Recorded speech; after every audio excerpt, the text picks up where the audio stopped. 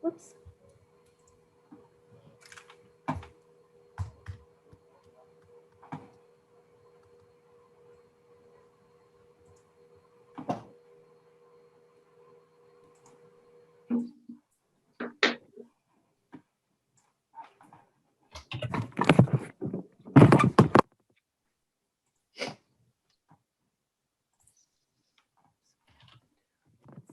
Something happened. I hate it when things go away here. There we go.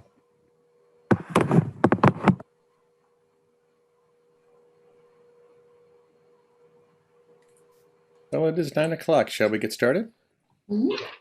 I'd like to call the May 2021 Committee on Accreditation meeting to order. Will the secretary please call the roll? Cynthia Amos, Present. Tomalene Bolatayo, Kathy Krisha, Present. Katrina Chakowski, Cheryl Forbes, Here. Bob Fraley, Here. Mike Hillis, Here. Lynn Larson, Here. Marty Martinez, Here. Anna Moore. Anna? Looks like she dropped She off. was here. Lost her. Try to get her back. Gerard Morrison, Yep. Kevin Taylor. So we did make the quorum. So thank you all for being here. Great to see you all again. And looking forward to see you first face-to-face at some point. But of course, this meeting is being held virtually. But glad that you can join us. Hope you're all safe and happy and healthy. So this is a reminder, we are conducting this meeting entirely virtually. And just a few reminders. Most staff and members are participating from their own locale, and a few may be in the commission office. The Zoom link has been made available to the public. Regarding Zoom identification, we'd like to ask that everyone check their Zoom ID and make sure it contains your first and last name accurately, so we're able to call on you appropriately, and also so we can get all the names accurately recorded in the record. If you need to update your name, click on the 3 dots in the window with your picture to bring up the rename option. When it is time to take up an item, we will need a moment to bring the appropriate attendees into the meeting room and make sure that they can see and hear the committee, and we can see and hear them as well. Participants will need to turn on their camera and also unmute. Regarding the microphones, to members of the committee, we're going to mute your microphone to eliminate any background noise that may get in the way of others hearing what is being said by the speakers. We ask that when you speak, you unmute yourself, but then please, once you're done speaking, go back to being muted. Regarding commenting and asking questions, committee members, if you wish to make a comment, please either physically raise your hand on camera or use the raise hand feature which is located at the bottom of the Zoom screen. If you're unable to do either of these options, you can also send a message in the chat feature in order to signal you have a question or a comment. Several of us will be looking for those with comments or questions in the chat and the raised hands, but please be sure we don't miss you if you have something to say. As we're going back and forth from screen to screen, it may take time to be sure that we get to everybody, but please know we are going to ensure that everybody has a chance and opportunity to speak. Because we are a public body and must conduct our business in the public forum, we ask that you please do not use the chat feature to make substantive comments or have discussions on any items. Public attendees at this meeting cannot see the chat box, and those who view the video archive of this meeting will not have access to any conversations within the chat. Regarding motions and roll call vote, when you make your motions, please state the motion in full so that there is no question what the motion is. All votes will be conducted via roll call. Just before the vote, we will remind everyone to be sure you are unmuted so that we do not miss anyone's vote. If you are unable to respond via video or audio, you may make your vote known through the chat function. The secretary will have to read your name and vote when she gets to that part of the roll call vote to make it an official part of the record and to make sure the public knows what the vote is. Because this can be quite cumbersome, we want to leave that as a last option. And if you need to leave the meeting for any period of time, just raise your hand. Let us know that, pardon me, let us know for sure that we have a quorum, because we're pretty close at this point. And we want to be sure the record is going to be accurate. Also, please do the same when you return to the meeting so we know that you are there. Regarding public comment, if any member of the public wishes to comment on a specific item, please use the raise hand feature of the bottom of your screen during the item. You will be brought into the main meeting room at the appropriate time and asked to state your name and affiliation for the record. If you wish to speak on a specific item, please send a request through the chat feature telling us which item you wish to speak to, so we may call on you during the appropriate time, or you can send your comments through the chat mode and we'll read those aloud. Please make sure we have your full name and affiliation and which item and name you're referring to. There's also a time designated for general public comment at the end of the meeting. This meeting is being recorded, and after the meeting ends, the archived audio and video will be available via the Commission's website. Any committee members have any questions regarding these protocols? All right, seeing none, it's with great pleasure we introduce our new Director of Professional Services, Dr. David DeGeer. Dave, would you like to say anything to the committee? Yes, first of all, I want to say welcome and thank all of you for the time and effort you are putting in order to help us ensure that our preparation programs are doing the absolute very best, not only for the candidates, but ultimately for the students of California.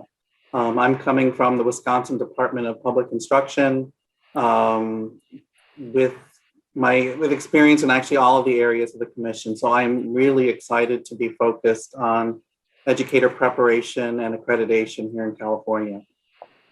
Great, thank you, welcome. And you spent some time in California, and we were chatting a little bit yesterday. You had some trips out here.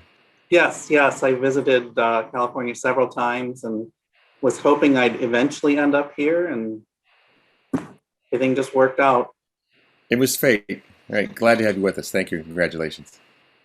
Thank you. Moving on to item 2. Item 2 is the approval of the agenda. On that note, I'd like to clarify we are removing item number 32, the report of the accreditation team to Pleasanton Unified. That report will appear on your June agenda instead. With that change, do I have a motion to approve the agenda for the May 2021 meeting? So moved by Member Martinez. Is there a second? Second by Member Forbes. Pardon me. We'll now do a roll call vote. All those in favor, please say aye. Opposed, say nay. Cynthia Almos, Aye. Kathy Krisha, Aye. Cheryl Forbes, Aye. Bob Fraley, Aye. Aye. Mike Hillis, Aye. Lynn Larson, Aye. Marty Martinez, Aye. Anna Moore, Aye. Gerard Morrison. Aye. Motion carries. Thank you. Item 3. Item 3 is the approval of the minutes of the prior meeting. Is there a motion to approve the minutes of the March 2021 meeting? As a reminder, it would be appropriate for any committee member who was not in attendance to abstain. Motion by Member Larson. Is there a second? Second by Member Martinez. Will the Secretary please call? Well, before we do that, any corrections or changes to the minutes? Okay, we'll now do a roll call vote. Secretary, please call the roll. Cynthia Almos, Abstain. Kathy Krisha, Aye. Cheryl Forbes, Abstain.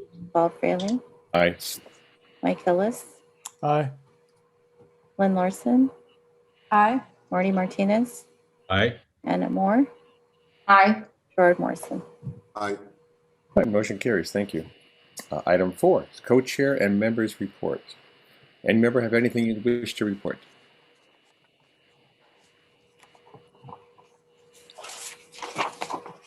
Member Morrison. Well, I'd like to report that we have students back in our school, which is what we're all here for. And they came back a few weeks ago. Not everybody, the students were given a choice whether to see out the year at home or to come back.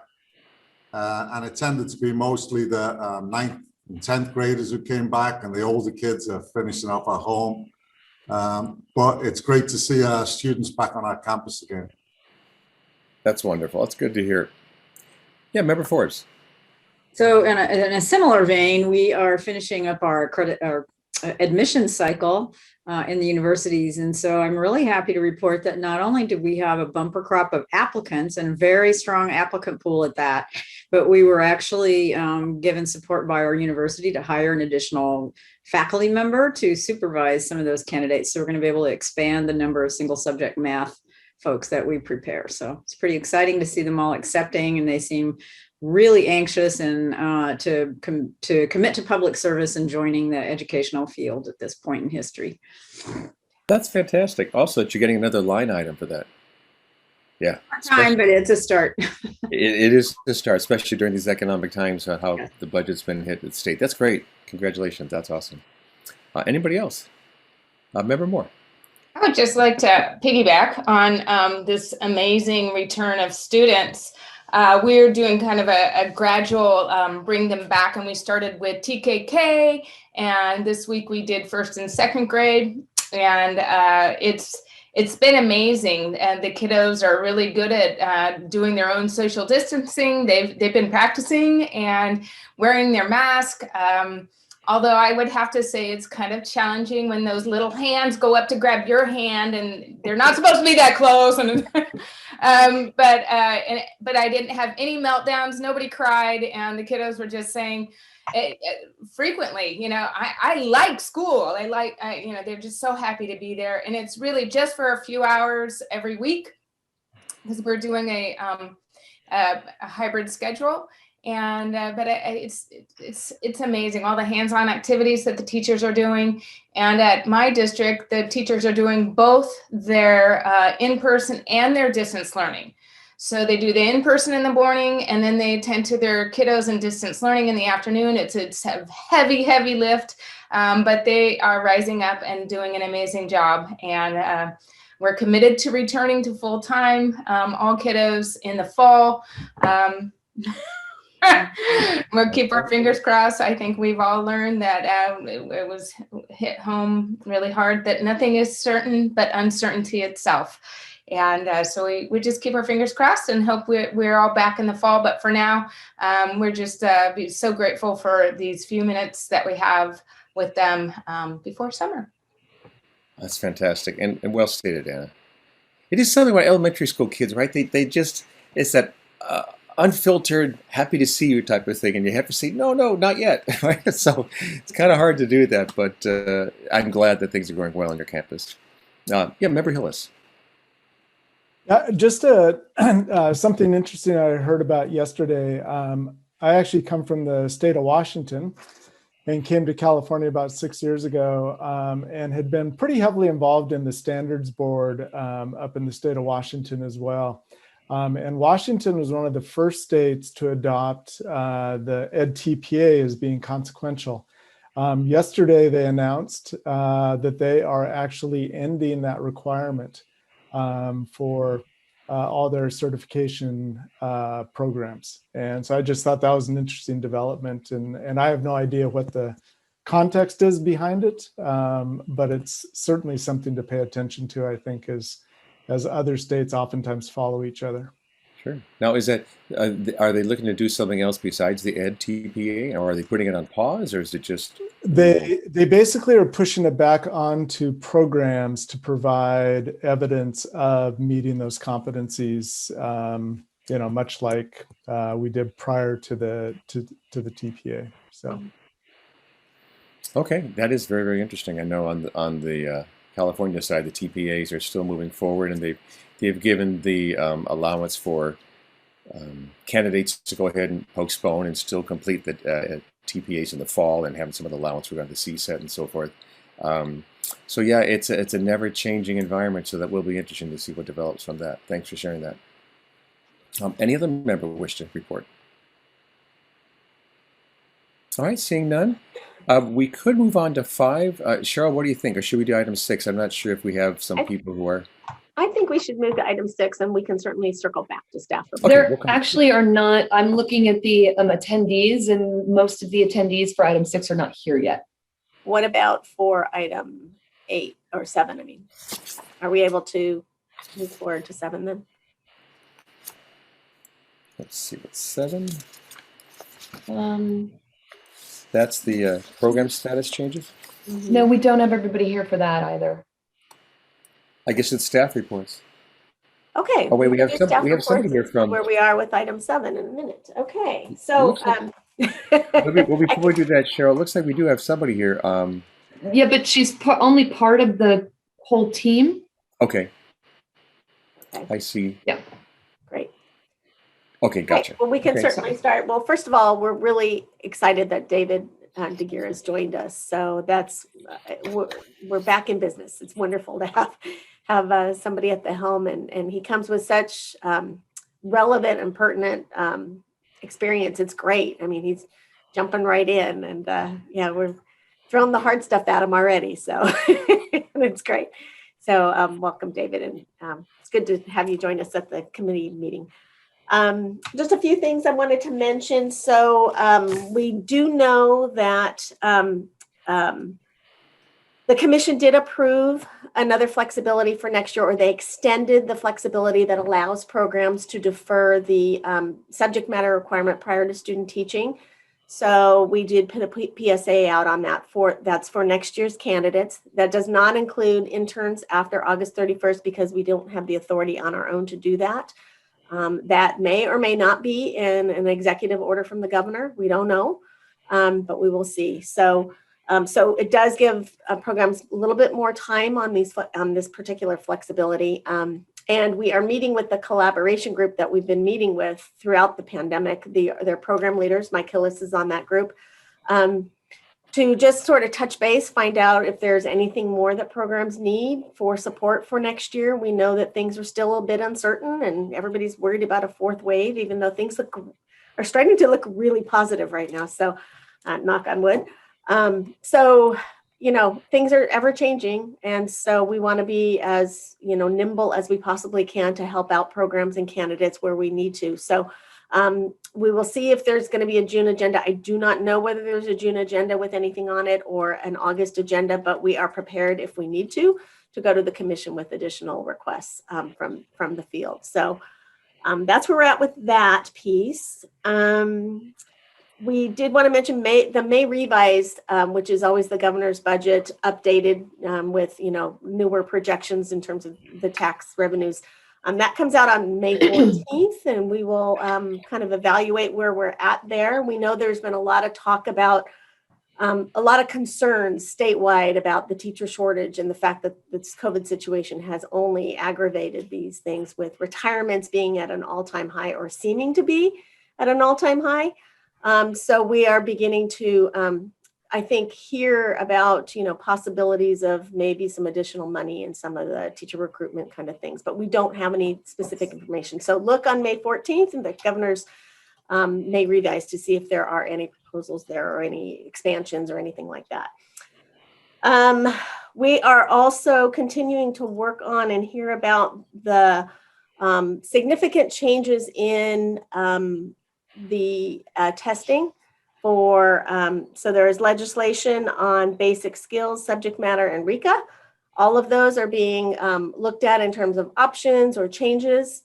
So there are bills that are floating through the legislature, and we are continuing to watch those and to, you know, tweak things as we need to, making suggestions here or there. So we will see where that goes, but it's a pretty high likelihood that some changes are coming down the pike in those areas. So we will see. Stay tuned and watch closely. I'm sure all of that will be in our PSDE news as we know more and as we hear more about where that goes. And then the last thing I was going to mention, and I think Aaron probably wants to jump in, and maybe David, the last thing I was going to mention is that the COA did make 3 appointments. I mean, the commission did make 3 appointments, as they do every April, to this body. We know that Anna Moore's last meeting with us will be next. It will be in June. And the commission appointed Jason Leah from Sonoma County Office of Education, who will be here with us later today, appointed him to take Anna's place as the K-12 representative. So they were very concerned about not having Northern California folks on the committee. So So Sonoma County now, along with Marty in Sacramento. So we have some Northern California folks. And then they did reappoint Bob Frelly and Kevin Taylor. So both of them have been reappointed. So those are our three members that are continuing. And I think that's it. Erin, would you like to say anything? Are there any topics? Actually, why don't we wait on me because the panelists are here now, Okay. like everybody's kind of popped in. Wonderful. So let's go ahead and move on and I can defer till later. I don't have anything burning. Okay, sounds great. So we're going back to 6, right? Okay. Yep. Thanks, Yep. Ms. Nikki. Yeah. Hang on just 1 second. I'll start to Okay, sure. those folks in. Okay. Just a moment. I think you can probably start and I will move them into the meeting while you're doing that. Okay. We are looking at item 6. Item 6 is program approval recommendations. Program approvals, this section is for action. There are 3 institutions with programs for approval, and they're all bilingual programs. And we are getting representatives from the institutions with us to answer any questions you may have about the proposed programs. It's probably best we take it one by one and we can vote for each one individually. The first one is St. Mary's College of California Bilingual Authorization in Spanish. Joining us today to answer any questions about the proposed program at St. Mary's College of California is Dr. Laura Alvarez, Assistant Professor and Teacher Education. Do we have any recusals on this item? All right, seeing none, would the institutional representative like to say anything about the proposed program? Hi, thank you for having me here. Just to say that we're really excited to be able to launch this new program. There's a great need for bilingual teachers in our area. And the program we're proposing is a post-credential bilingual authorization in Spanish, and I'm happy to answer any questions. Great, thank you, Dr. Alvarez. Any committee members have any questions for the representative, Dr. Alvarez? Member Martinez. Good morning. Thank you. I'm excited about this this new credential at St. Mary's, and I had a question just in terms of the need and where you see teachers who are in the Spanish bilingual authorization, where they will be placed and serve in bilingual settings, or what kind of settings? Yeah, thank you. So we have close partnerships with Mount Diablo Unified and Oakland Unified. Our program will serve candidates who are getting multiple subjects, single subject, and special education, preliminary credentials, and folks who've already received their credentials. And in our area, there has been an expansion of programs into the middle school also, and in special education. So we have opportunities to place candidates in those districts. Thank you. Yeah. Thank you. Any other committee member have any questions or comments? Member Forbes. Thank you. Well, first of all, I'm really excited about these bilingual authorization proposals, and I'm saying this for all the institutions. And having just served on the bilingual authorization new standards work group, I know one of the topics we've talked about is following up on Member Martinez's question, the placements for those people who are teaching. So the post-credential folks. So it's great to hear about all the opportunities that they'll have to interact with multilingual students and teachers in bilingual classrooms. If they're working full-time, how do you anticipate being able to provide them with those field experiences if it's not their duty assignment? So we've designed the program so that their field assignment will be their full-time teaching assignment. So they'll be full-time teachers of record in bilingual classrooms. And so they'll be doing their placement experience in their classrooms because they'll already have received their preliminary or clear credential. And so we designed it as a program where they'll be supervised via video in their field, in their teaching, submit lessons, gather student work, and reflect on that through supported inquiry cycles. Thank you. I mean, I loved reading that proposal. I just wasn't quite sure about that part. Yeah. Thank you for the question. Thank you. Any other committee member? All right, seeing none, this is an action item. Is there a motion to approve St. Mary's College of California's bilingual authorization in Spanish? And remember, as you state the motion, state a complete motion. Member Martinez. I move to approve St. Mary's. I've already forgot the motion or the wording, but to approve their bilingual authorization program as stated in the agenda.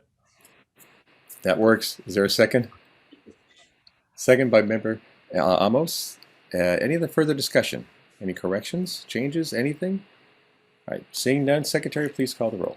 Cynthia Almos, Aye. Kathy Krisha, Aye. Cheryl Forbes, Aye. Bob Fraley, Aye. Mike Hillis, Aye. Lynn Larson, Aye. Marty Martinez, Aye. Anna Moore. Anna, you're muted.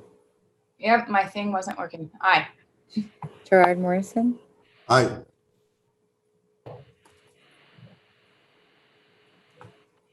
Is that everybody? that's everyone. Okay, thank you. Motion carries. Congratulations. Thank you, Dr. Alvarez. Thank you. Moving on, the second program proposal is from University of San Diego for a bilingual authorization in Spanish program. Joining us to answer any questions you may have about the proposed program are representatives from the University of San Diego, our old friend, Dr. Reyes Quezada. Thanks for joining us. Department of Learning and Teaching Chair, and Dr. Viviana Alexandrovich. Did I get that? Alexandrovich? Alexandrovich. Yes, thank you. Okay, you're welcome. Bilingual authorization lead faculty. Any recusals on this item? Okay, seeing none, would the institutional representatives like to say anything regarding the program? Yeah, no, I just want to thank the CTC staff for all their support. We submitted our document. They requested gave us some feedback, and we provided the information, and we were then finally, I guess, approved by CTC staff at that point. So I want to thank Miranda for all her help and support in the entire process. It takes a while, but we're looking forward to the implementation if approved by COA. And I also want to thank my colleague, Dr. Viviana Alexandrovich, for her leadership as well in the program, and would be the lead faculty if approved. Right. Thank you, Dr. Quezada. Dr. Alexandrovich, do you wish to make any comment on? We are very excited about this program. We had a program when I came to USD long time ago in 1994, and after Proposition 227, our program kind of disappeared. So it's really exciting for us to bring back a newly refreshed program based on dual immersion this time. So very exciting. Thank you for having us here. Thank you, and very timely. Thank you. Any committee members have any questions for the representatives of the USD?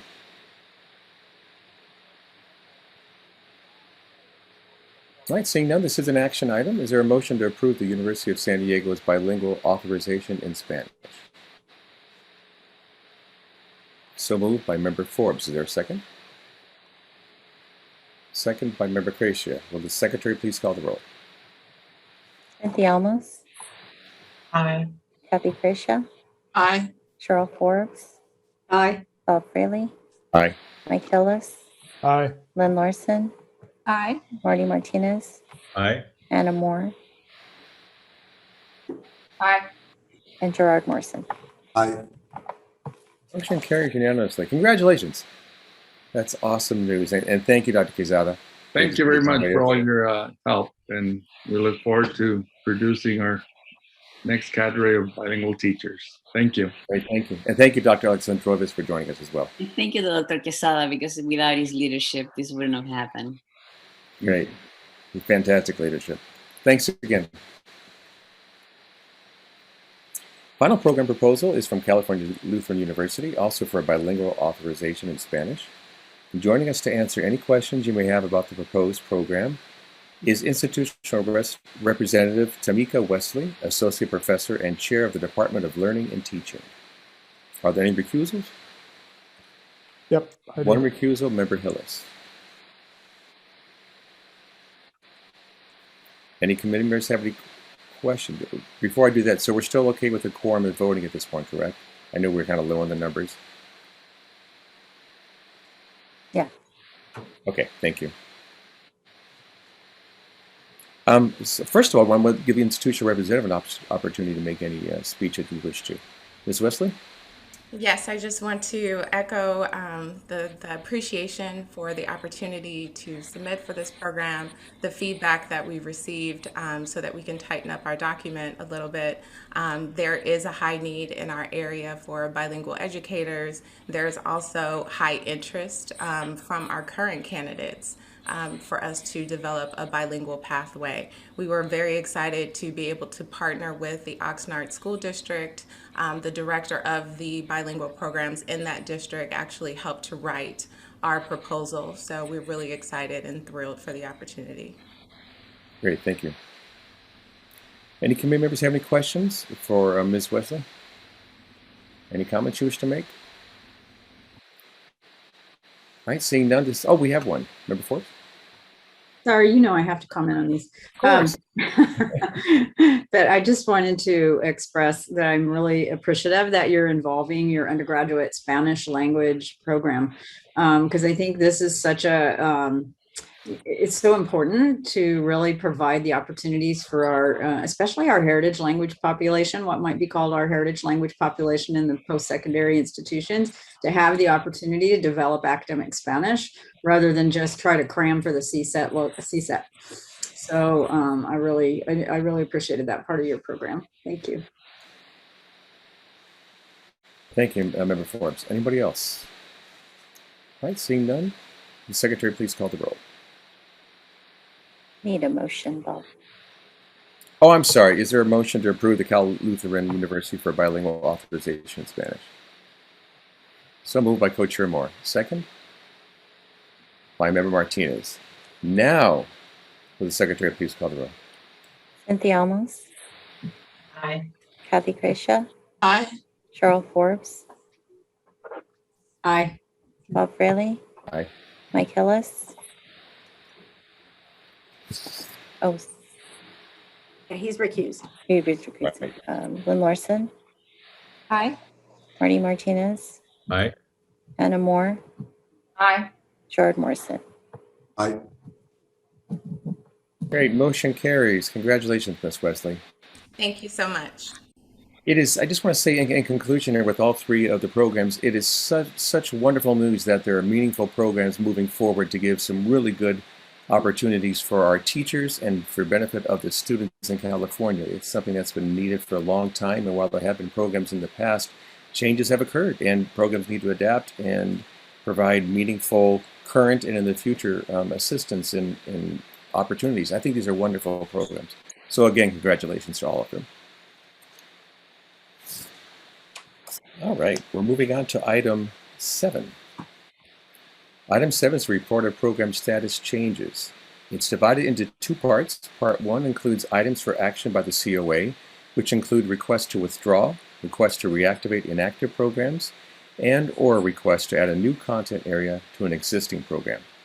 Part 2 provides information on programs that have transitioned to revised program standards and programs that have elected to change to inactive status. These items for notification only require no action by the COA. Part 1, Sections A, B, and C. Section A, Program Withdrawals. Section A says is for action. There are 4 program sponsors withdrawing 4 programs. California State University, Fresno, Preliminary Single Subject, Home Economics with Intern, effective June 30th, 2021. San Diego Unified School District, Teacher Induction, effective May 6, 2021. Santa Clara University, Preliminary Single Subject, Art and Physical Education, effective May 6, 2021. And Vista Unified School District, Teacher Induction, effective May 6, 2021. And this withdrawal will close the institution with no active programs. So this section is for action. Are there any recusals? One recusal from Member Forbes. That still puts us within the quorum. Is there a motion by the committee members? Co-Chair Moore, will you state your motion, please? I move that we accept these sponsors' request to withdraw their programs. All right, thank you. Is there a second? Second by Member Larson. Will the Secretary please call the roll? Cynthia Almos, Aye. Kathy Krisha, Aye. Cheryl Forbes. Sorry, Cheryl. Paul Fraley, Aye. Mike Hillis, Aye. Lynn Larson, Aye. Marty Martinez, Aye. Anna Moore, Aye. and Gerard Morrison. Aye. All right, thank you. Motion carries. Moving on to Section B. Programs requesting reactivation, and there are no programs requesting reactivation, at this time. Section C, adding a new content area. The following institution has requested to add a new single subject content area. This item is particularly notable because there are two programs. It will be the first single subject theater and dance proposals ever offered in the state, resulting from recent changes in education code that now allows these new single subject credentials. It's wonderful. California State University East Bay, preliminary single subject in dance and preliminary single subject theater. Staff has reviewed the requested documentation to ensure that the program modifications address all required competencies. And joining us from CSU East Bay is Dr. Eric Engdahl. I remember you. Professor and Chair, Dr. Engdahl, would you like to say a few words about the proposed program? Well, first of all, I want to thank the commission staff and the partnership that we've had in putting these together. And I also have to acknowledge also the professional organizations, CETA and CDA, California Theater Education, California Dance Education, in helping. This has been a long road to get these credentials back. We're really excited to be started. I have 18 dance candidates admitted and 17 theater candidates. And I'm getting a lot of interest from other institutions up and down the state as we pilot this year, and I'm more than willing to help them as they move forward to enact these credentials as well. That's fantastic, Dave.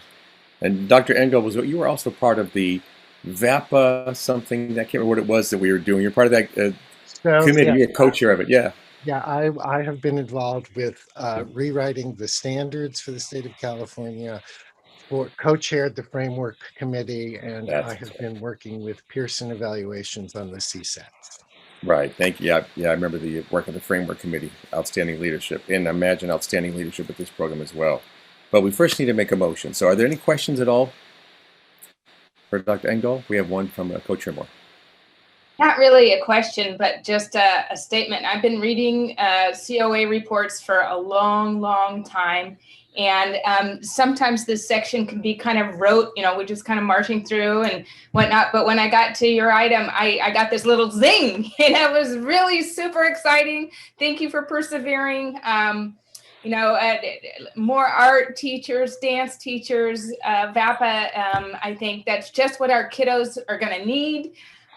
Because I know that's one of the things that we're really looking at is how to, address the socio-emotional needs of our kiddos, and doing it through art, dance, singing, music is the way to reach these kiddos and give them that joy in their heart. So it's going to start with highly qualified teachers who are trained well, and it's going to start with your program. So thank you for that.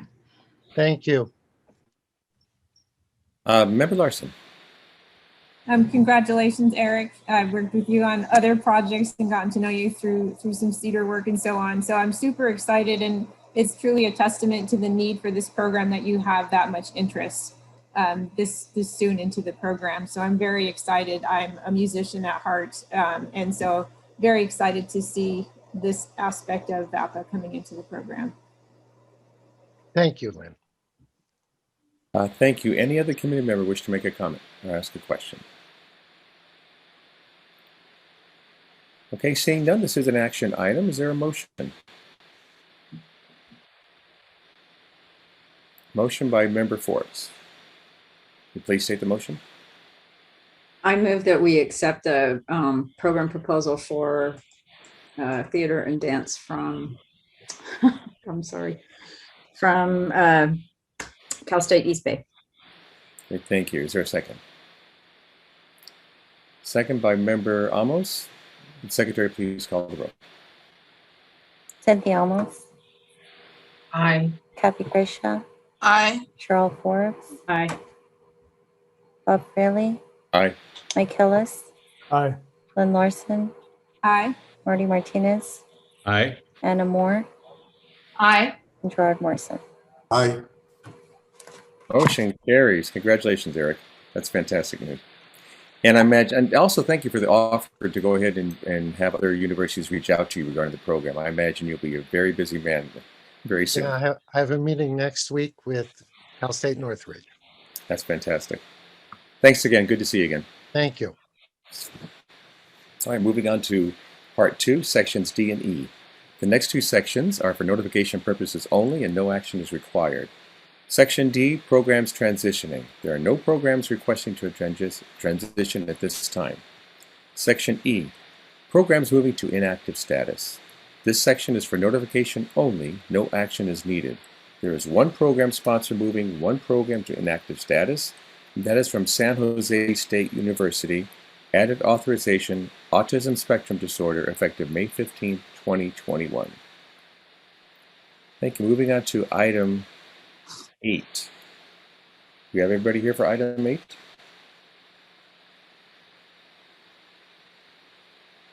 Looks like we do. Great, thank you. Item 8 is the initial program approval for new sponsor programs.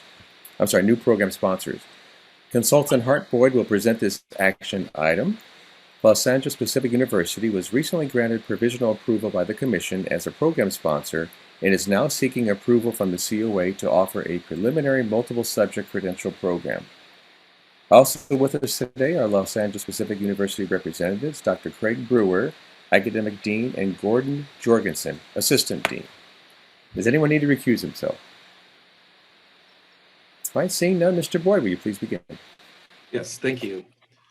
This item presents Los Angeles Pacific University's responses to the preliminary multiple subject program standards for the committee's consideration and possible approval, as we are in stage 4 of the initial institutional approval process.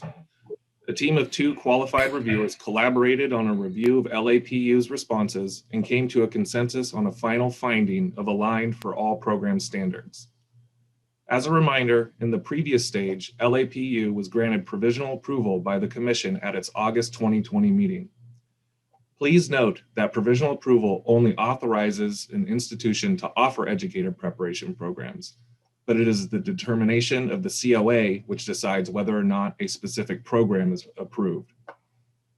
You may find hyperlinks to the final submission and reviewer feedback on page 3 of this item. Again, joining us today are Dr. Craig Brewer, Academic Dean, and Gordon Jorgensen, Assistant Dean.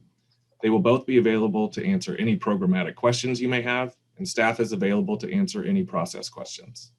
Thanks.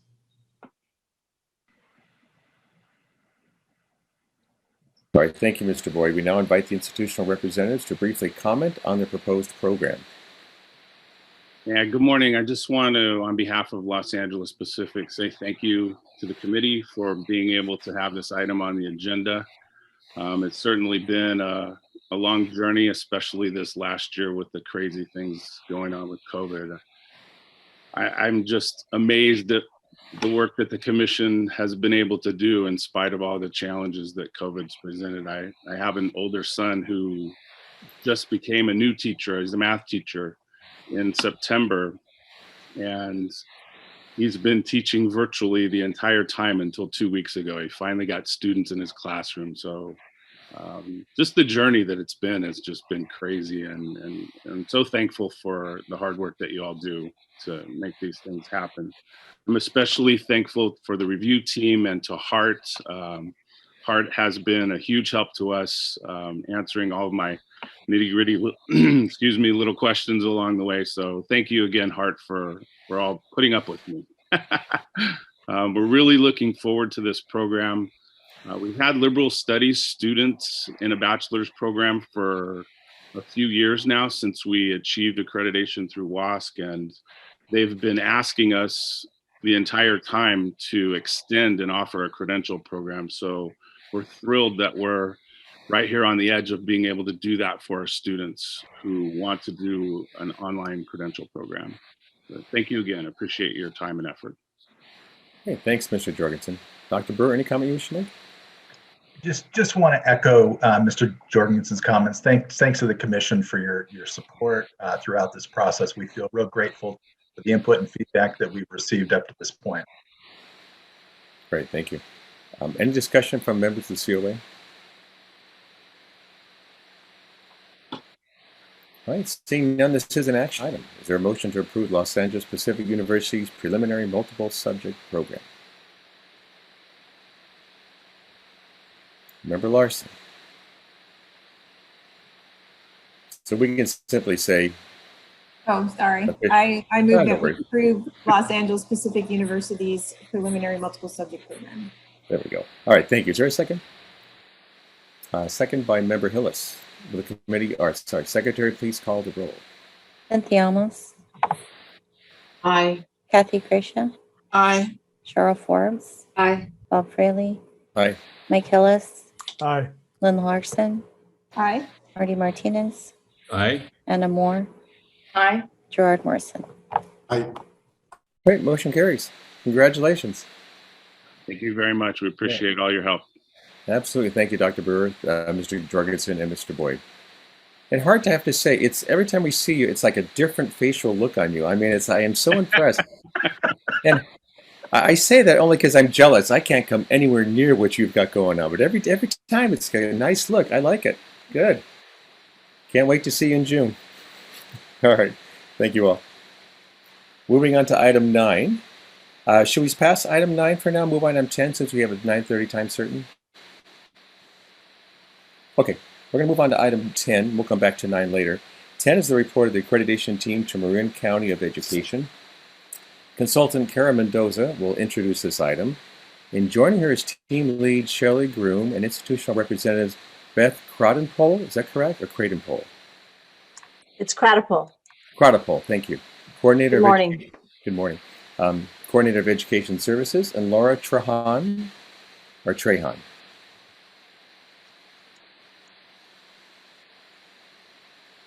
Laura, can you hear us? I'll be sure I get your name correctly for the record. Yeah, I can hear you think now. I just added her to the meeting. Yeah, Okay. thank you. I got It's sucked out right as you were saying my name. You're in the Zoom world. Yeah. No worries. Is it a Trahan or Trahan? Trahan, Trahan. Oh, unless you're in Louisiana, and I think it's Trahan. Trahan, all right. Director of Education Services, and Amy Carter, Assistant Superintendent, Education Services. Can I Amy, just remember- Can I just verify? I'm sorry, I don't see Amy Carter in the list of attendees. So, okay, great. Yeah, she may or may not be able to join us. Right. Perfect. Yep, if she shows up, I'll admit her. Thank you. Thanks, Erin. Just the superintendent's kind of busy. Any can remember need to recuse himself. All right, seeing none, Ms. Mendoza, will you please begin? Yes, thank you. Good morning, committee on accreditation members. It is my pleasure to share with you today the report from the Marin County Office of Education Teacher Induction Program, the virtual accreditation site visit, which was held on March 1st through the 3rd of this year. The protocols for this virtual site visit were all in accordance with normal procedures relative to virtual site visits. With this said, I would like to acknowledge that the day the visit began, all Marin County middle and high school students were returning to on-site instruction for the first time that year. Though the return to school added stress to this site visit, the county office team and stakeholders fully and seamlessly participated in all of the site visit activities. The team findings in this report are based on a thorough review of institution and program documents and a wide range of stakeholder interviews. I would like to recognize the extraordinary leadership of Beth Cradipole, Coordinator of Education Services, and the leader of the Teacher Induction Program. Additional leadership, Laura Trahan, Amy Carter, Assistant Superintendent of Education Services, and Mary Jane Burke, Marin County Superintendent of Schools. Under their leadership, Marin County supports teacher induction candidates by providing a high-quality, standards-based mentoring system. I would very much like to acknowledge the hard work and extreme professionalism of the site team members, Rhonda Munoz and Christina Mendez, and the outstanding leadership of our team lead, Shelley Groom. We extra appreciate Shelley as she stepped in after the original team member had a family tragedy. And so we appreciate Shelley's steadfastness, her guidance related to standards and preconditions, which we believe generated a very robust visit. So with this, I welcome Shelley, who will review the program findings. Good morning. It's wonderful to see you all, albeit virtually. It's wonderful to see all of your faces. It's also good to see members of the team at Marin County. It's great to see you all again. As Kara said, it was a challenging start. We knew that students were coming back and that there may be some challenges with getting folks to our interviews, but we were able to conduct over 132 interviews. And after those interviews and a review of all of the evidence provided, our team came together and determined that all of the preconditions as well as common and program standards were met. I would like to extend a little extra thanks to Kara for coaching me through. It was an honor to serve as a team lead and step up for my fellow colleague who had gone through a family tragedy, and it was an honor to do that. And also Christina and Rhonda as team members were wonderful as we went through this review. I wanted to just share a few highlights that emerged as we went through these interviews and got to know Marin County Office of Ed. Really, I think the foundation and the hallmark of this program as a county office really is the communication and the relationships built with all of the districts there in Marin County. They describe themselves as a district-centric system, really putting those districts first and responding to their needs. All of the district leaders knew Beth by name, and they talked about this cross-pollination as Beth would lead team meetings with all of the district leaders, as well as representatives from their local IHE. Dominican would attend those as well. And there was this wonderful cross-pollination that I believe impacted the community and the educational support systems there all throughout Marin County, beyond the induction programs. The district leadership shared that that Beth outlines what we need to do, and we do it, and we can call upon her for support and resources. So those relationships were very, very clear and very well established. An effort was also made as I spoke with Laura and team leadership there at the county office to reach out and support and recruit ethnically and linguistically diverse candidates. And that was apparent. You could see this movement with Marin County, really tapping in and seeking out diverse candidates to become a part of the community there at the variety of districts in Marin. Another highlight, the mentoring system. Marin relies and leans on New Teacher Center, and the mentors rave about the training they receive from New Teacher Center. One stated that I could mentor anybody after going through that training. So the mentors bring their own expertise, and then that is refined by this training through New Teacher Center. There was also a focus on the training of mentors and candidates simultaneously in supporting diverse learners and English learners. Everyone was learning together, and it was improving, again, the entire community. Candidates raved about their mentors, and they also spoke about the individualization of the mentoring system there in Marin. We spoke with many candidates. Some special ed teachers spoke about how that ILP was refined for them so that they could really dig in deep to supporting their students, even in the IEP and those kinds of processes. Cycle of improvement, again, with that leadership coming together from the whole community. It's a group effort. With Beth leading, it is a group effort to support the program. Constant communication and response to program improvement from all stakeholders, and which led to some very positive completer data that we looked at over the last couple of years, with new teachers speaking to the impact that they had on their students and the success they felt from this mentoring design. So with all that said, and thank you for indulging me just a little so that I can share some highlights from this program. So with all that being said, on behalf of our team, we would like to recommend full accreditation for Marin County Office of Education induction program. Thank you, Ms. Groom. We now invite institutional representatives to briefly comment about the visit. We remind you this is not a time to dispute the team's report, but rather provide any thoughts that you have regarding the visit itself. Thank you. I'm Beth Cradipole, the coordinator for the program, and I really appreciate both Shelley and Kara supporting us through this process. It was a year-long process where I felt like monthly I could meet with Kara and ask questions, fine-tune our program, and it really was science of improvement. It was an opportunity to look deeply at our program and to look at places, because we knew we were going to be able to share it, being critical and saying what parts can we do better, what parts are just maybe not as well clearly explained to our constituents.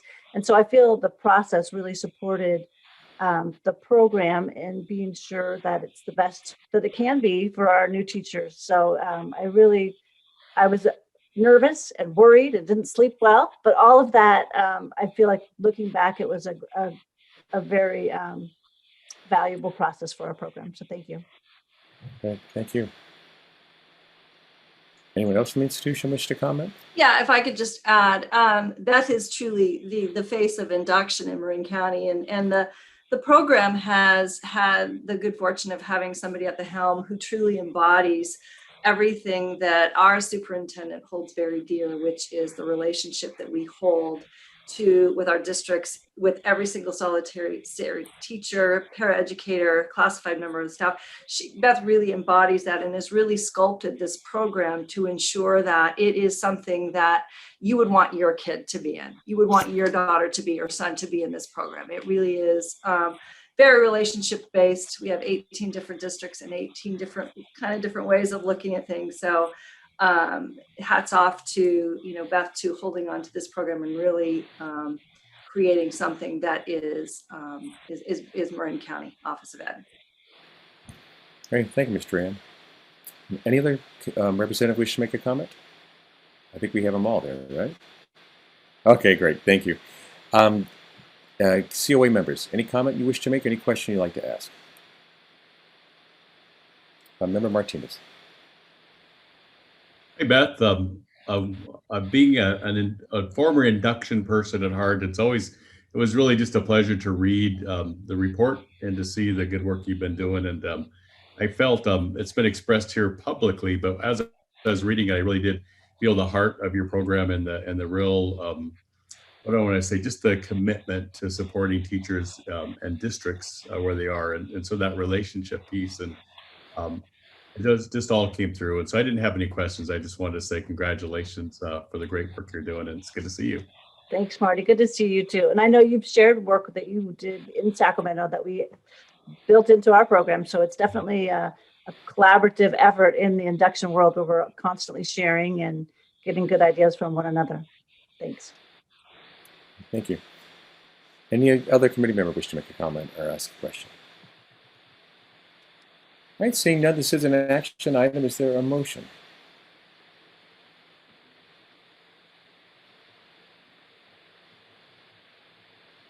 Member Amos. I move we accept the team report and recommendation for accreditation for the Marin County Office of Education. All right, so moved. Is there a second? Second by Co-Chair Moore. Would the Secretary please call the roll? Cynthia Almos. Aye. Kathy Kershaw. Aye. Cheryl Forbes, Aye. Bob Fraley, Aye. Mike Hillis, Aye.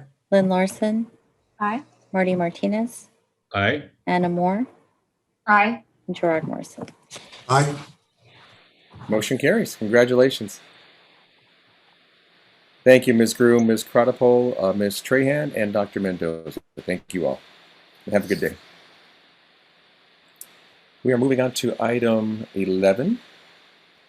Are we good? We're 1 minute early. Are we good for that? Yes, everyone is here. Great. Thank you so much. Item 11 is the report of the Revisit team to University of Laverne. Our good friend and colleague, Ms. Terry Clark, will introduce the item. And joining her is team lead Dr. Edmundo Litton, and institutional representatives Dr. Kimberly Smith-White, Dean, Dr. Kristen Venegas, Associate Dean, and Julie Johnson, Assistant Director of Assessment and Accreditation. Does anyone need to recuse himself?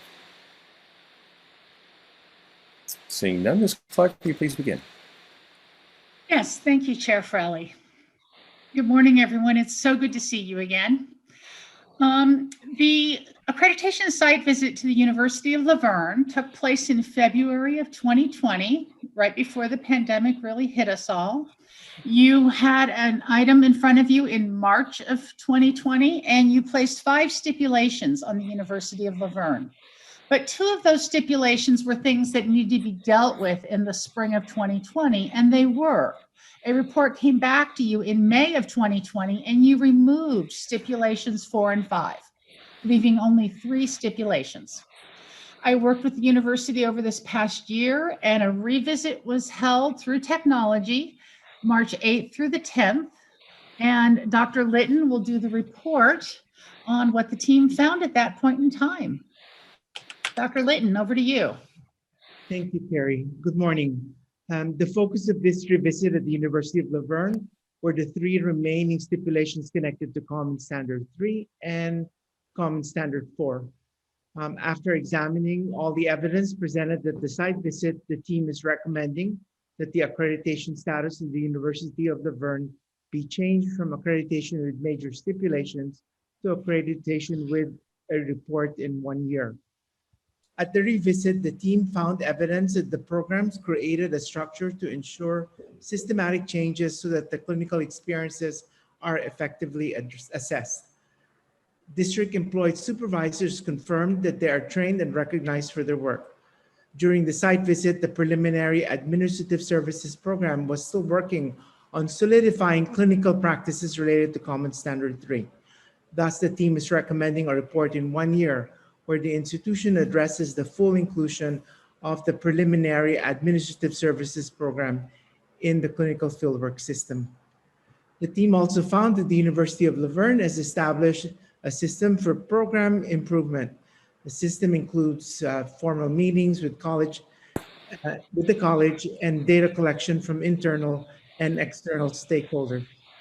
Thus, the team finds that Common Standards 3 and 4 are met, and we're therefore recommending that the 3 remaining stipulations be removed and the accreditation status be changed to accreditation.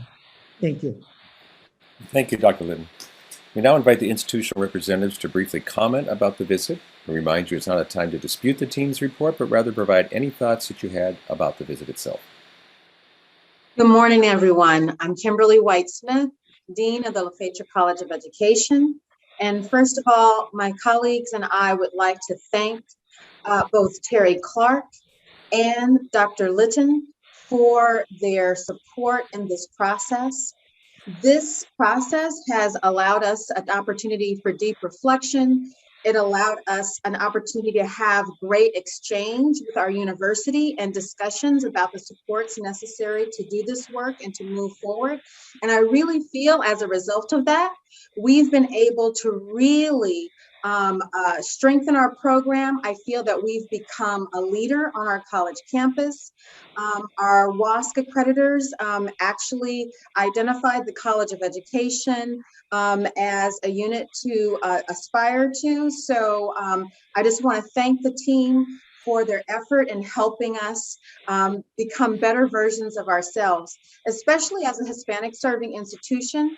And with us graduating so many highly skilled educators of color into our field, it's really incredibly important for us to really consider the work deeply and thoroughly. And we are excited about all that we've done in order to make that happen. So over the year, in responding to the Commission's improvements for the 3 standards of fieldwork supervision and alignment overall, we've kind of focused our efforts on discovery of practices, supporting high impact practices and alignment, making data-informed decisions, identifying resources and support to keep these practices in place.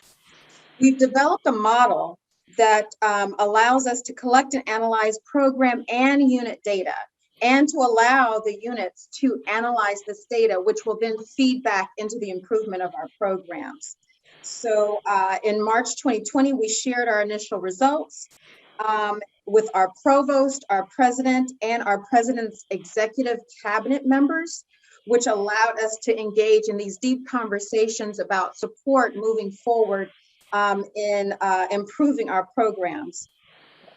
We took some immediate steps to determine the areas for improvement among our stakeholders and began to take immediate action by attending all unit level meetings regularly and regular cross-college fieldwork meetings as a dean's team.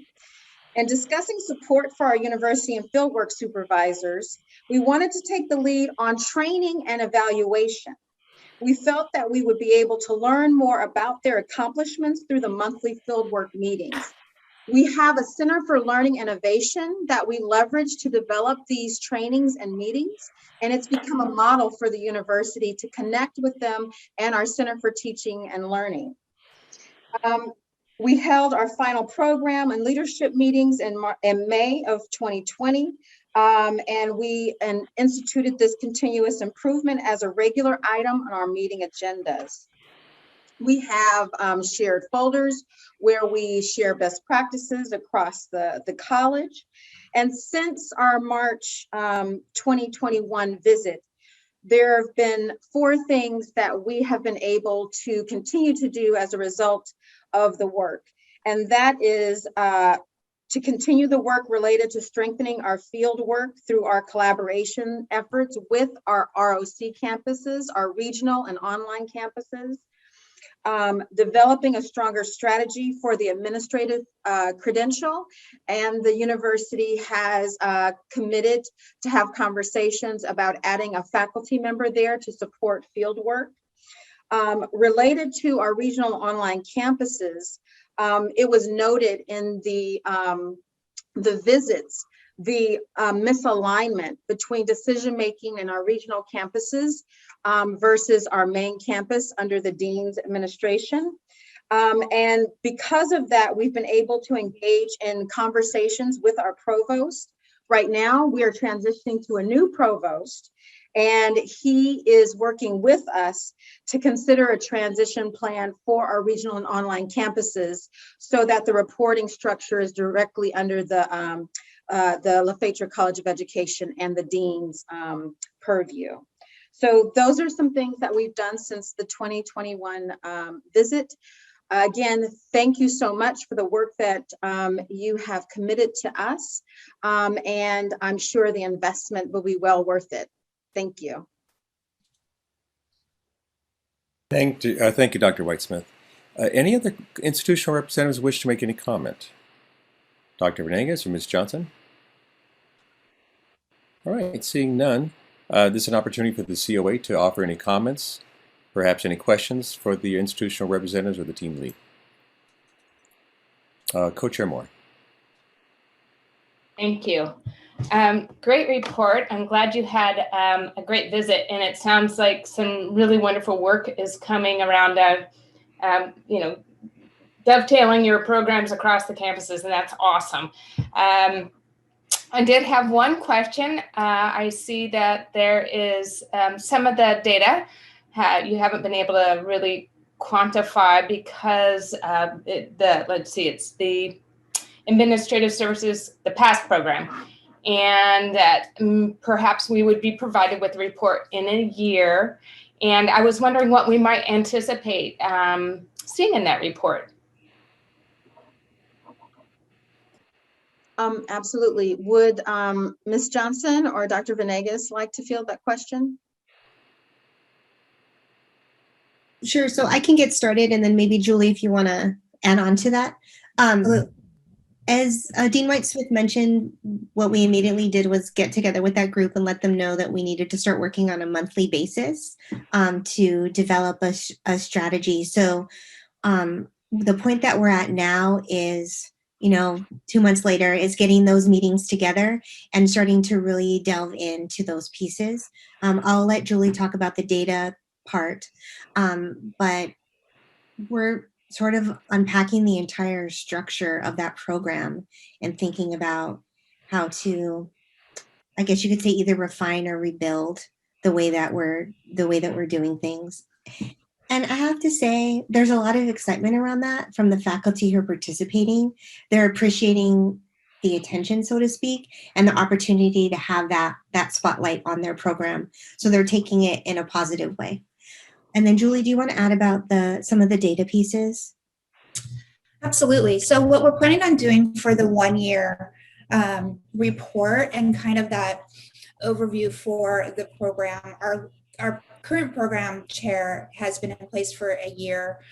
So he was new to the program, new to the role, not new to the university, but new to the CTC requirements. And so what we're doing for the 1 year is we're working on some summative assessments to give a bird's eye view of the program, and then with the intent to continue to further refine and revise the assessments moving forward. We are implementing more standardized practices within fieldwork, and again, just closer progress monitoring to support the program. What about the clinical field practices? That's more specific. The clinical field practices, the fieldwork coordinator for the preliminary admin credential is part of our unit level fieldwork monthly meeting. And so bringing that person in again on the expectations and reinforcing the CTC needs and expectations for clinical practice with the program chair, they're all being met. It's collecting and being able to provide the evidence of it and refining the practices and building closer relationships with the field partners.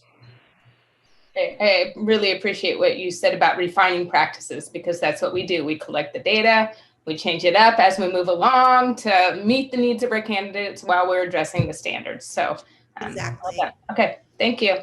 Okay, thank you. Ms. Forbes. Member Forbes, did you have a question? I'll withdraw my question because it was very similar to Member Moore's. So thank you. Okay, thank you. Any Member Hillis?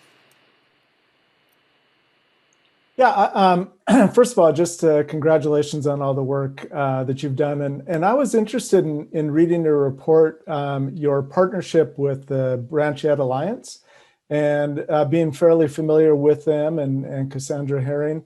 I'm curious what has been the major takeaway in that partnership with that group. Actually, thank you for bringing that up.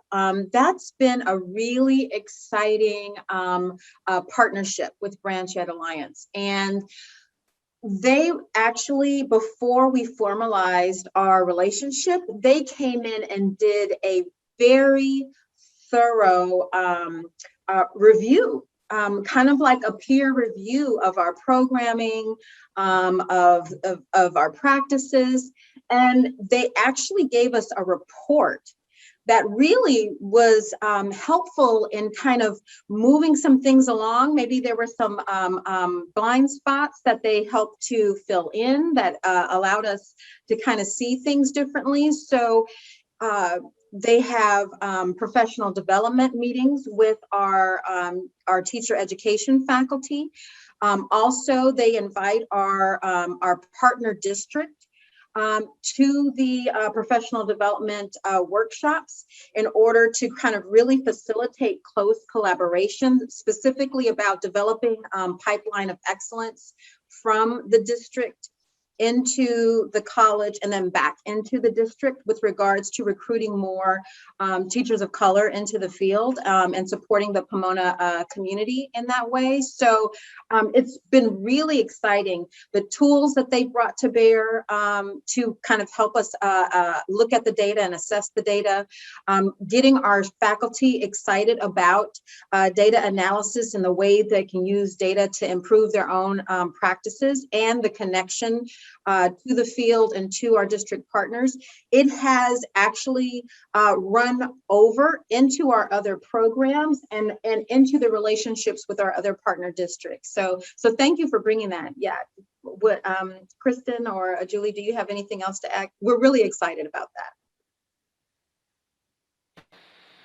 I think maybe one of the cool things that just happened in the last 24 hours is that part of the Branch Ed Alliance has led us to something that's connected to EdFi, which is the opportunity to develop our own data dashboard. So we were just accepted into that cohort yesterday afternoon, and we're going to be working with them on developing a data dashboard that helps us understand more about how we're preparing teachers of color. And the other thing I was, thinking about when Dean Whitesmith was sharing was I really value the way that they've helped us continue to name our goals and then map back the data, the metrics, and the measures that we need in order to make them achievable. It's been really valuable. And we're in a reporting cycle. We have a report due to them at the end of May. So I feel maybe that might be why that's top of mind. But I've really, and our team has really valued that opportunity. That's great to hear. Thank you so much. Thank you. Any other committee member wish to make a comment or ask a question? I see none. This is an action item. Is there a motion?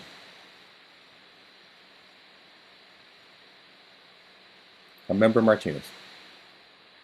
I motion that we accept the recommendation for Laverne to change the status from accreditation with major stipulations to accreditation. Okay, thank you. Is there a second? Second by Co-Chair Moore. Actually, I'd like to do a friendly amendment to that. We are requesting a one-year report.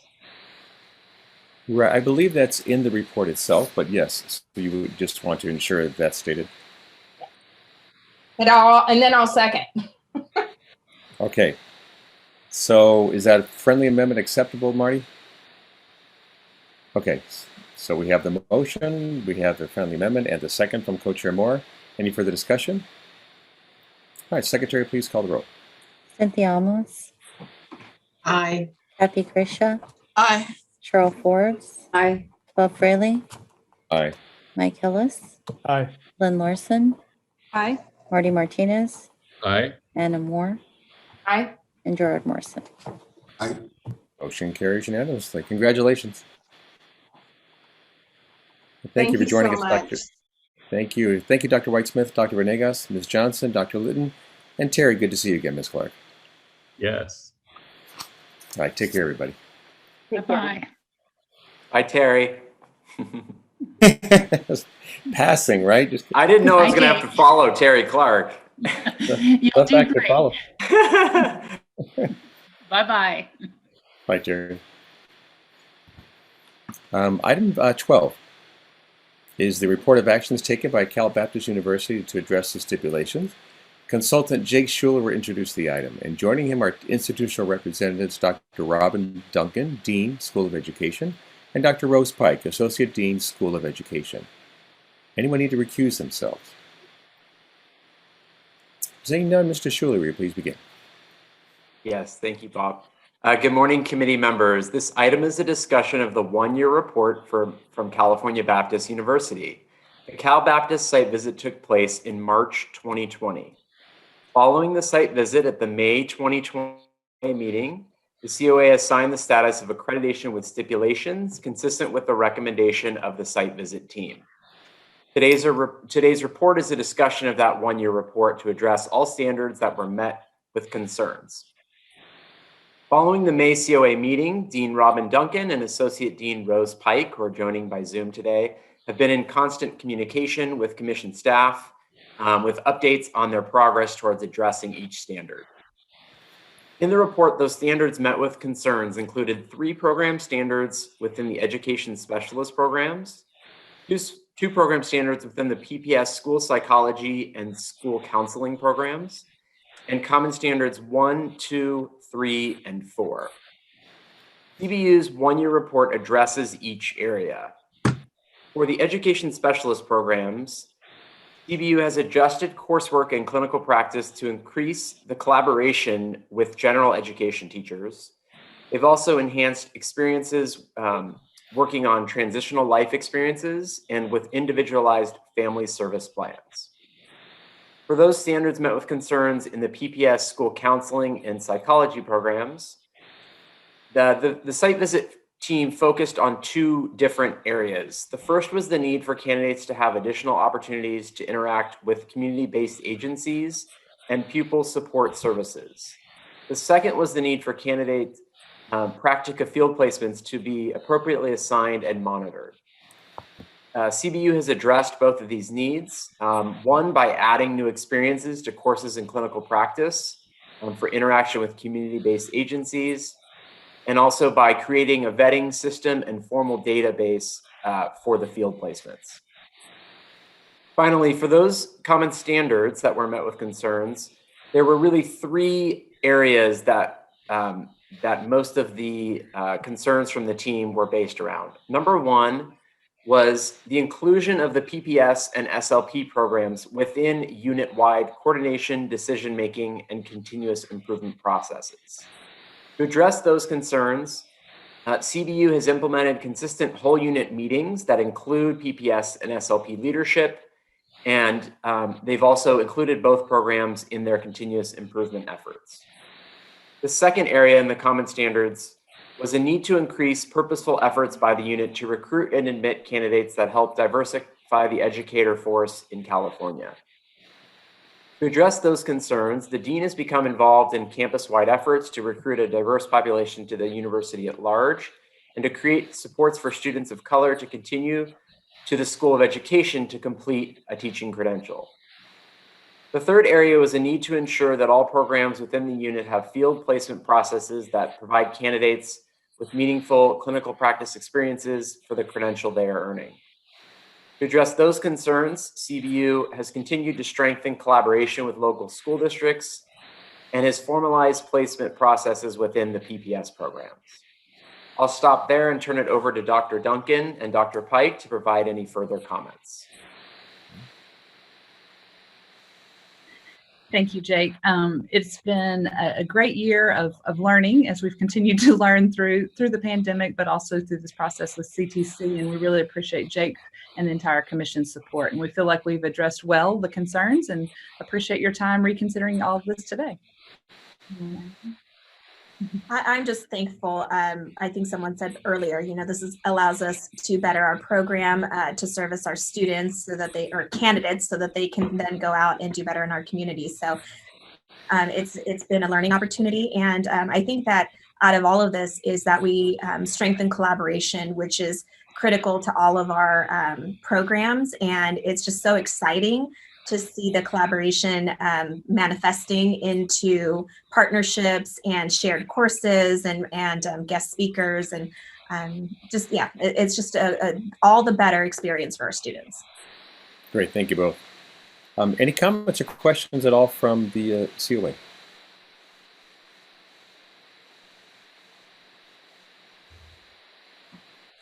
Okay, seeing none, this is an action item. Staff has recommended that the COA remove all stipulations placed on Cal Baptist University, and in this order, have changed the institution status of accreditation with stipulations to accreditation. So, is there a motion from any committee member? Member Forbes. I move that we accept the report and remove all stipulations. Thanks, Cheryl. Is there a second? Second by Member Amos. Secretary, please call the roll. Cynthia Almos. Aye. Kathy Grisha. Aye. Cheryl Forbes. Aye. Bob Fraley. Aye.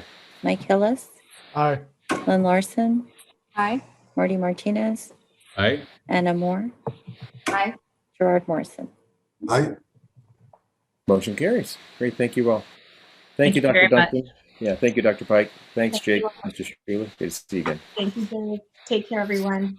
Great. Thank you. Thank Well, have you. a good day. Thank you, you too. Thanks. We are at 10:24. We have a 10:30 time certain. I'm going to propose we do a quick stretch break. Can we do that? Certainly. Is 5 minutes enough just to kind of get up and stretch and walk around a little and come on back so we don't keep the 10:30 people waiting? All right. I'll see you in 5.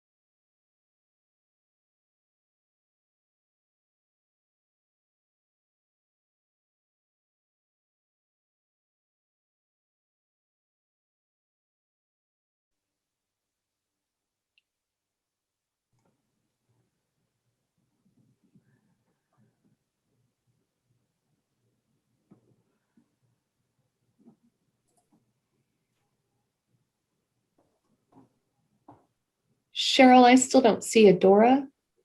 Adora is not going to be with us. Oh, great. Okay, thank you. All right, thank you all for coming back. We are going to reconvene here at 10:30. We have a time certain, which is item number 13, the report of the accreditation team to Riverside County Office of Education. Consultant Cheryl Hickey will introduce the item and serve as the reporting for the team lead today, and institutional representatives Dr. Ursula Estrada Reveles, is that correct? Reveles? It's Reveles, thank you. Reveles, thank you. Executive Director of the School of Education, Riverside County Office of Education, and Dr. Melissa Metz-Hall, Administrator of the Center for Teacher Innovation, School of Education, Riverside County of Education. Does anyone need to recuse himself? We have one recusal, Member Larson. And we still have a quorum? Great. So Ms. Hickey, will you please begin? Certainly. I am pleased to bring you the report of the Riverside County Office of Education and all of their programs. I am joined today by institutional representatives, Ursula Estrada Reveles. She's the Executive Director of the School of Education at Riverside County Office of Ed, and Melissa Metz-Hall, Administrator of the Center for Teacher Innovation. Unfortunately, I received a phone call this morning from Adora Fisher, who has had a medical emergency and could not be with us today. She was our unflappable team lead. She's a fantastic team lead. We've used her many, many times, and she does not miss meetings like this. So, we wish her well, and we hope for a swift recovery for her. I want to start by thanking the wonderful team at Riverside County Office of Education. The hard work of everybody there. It was an exceptionally well-organized visit and very responsive to all of the team's needs. I also want to thank the wonderful team that we had. We had a very strong team. We had one brand new member who I Velcroed myself to her to help her answer any questions as we were going through things, and she was fantastic. So the visit was February 28th through March 3rd. It too, as you've heard today from other visits, coincided with the fact that some of the schools in that area were just reopening. We started on a Sunday, and some of the schools were reopening on that Monday that followed. So there was a lot of angst about whether or not people would show up for interviews, but that was not warranted. So I wanted to point you to, if you want to just look at page 8 real quick, they had 5 programs. Riverside County serves a very large geographic area. Of course, the geographic area by itself of Riverside County, but also San Bernardino, as well as they serve educators from over 23 additional counties. So it is a very large program. And on page 5, it shows the 5 programs that they do offer. Their education specialist intern programs are their newest program. So we were not able to talk to any graduates because that is a new program, and they did not have graduates yet. Their induction program is I think their oldest program, and it is exceptionally large. If you look at it, they have 2,500 candidates in that program. We actually had to use 2 reviewers to make sure that we talked to enough induction candidates to feel like we had seen a breadth of their candidates. So that's unusual. We don't typically do that on our teams, but we felt like we needed to this time to cover that. And of course, they offer the administrative services, both the preliminary and the clear. I wanted to mention that if you look on page 6 as well with the interviews, as I said, it wasn't warranted that we were worried that people weren't going to show up. They had a lot of people show up to all of their interviews. So whatever they did, hopefully everybody else in every other site visit models what they've done or follows what they've done, because people showed up in droves. So it was really wonderful to see, despite the pandemic, despite the fact that schools were reopening, and despite the size, people showed up. And I think that's a testament to their program and all of their programs. I just want to mention, since Adora can't be here, I just want to mention a few themes that I thought I heard that the team made some particular note about.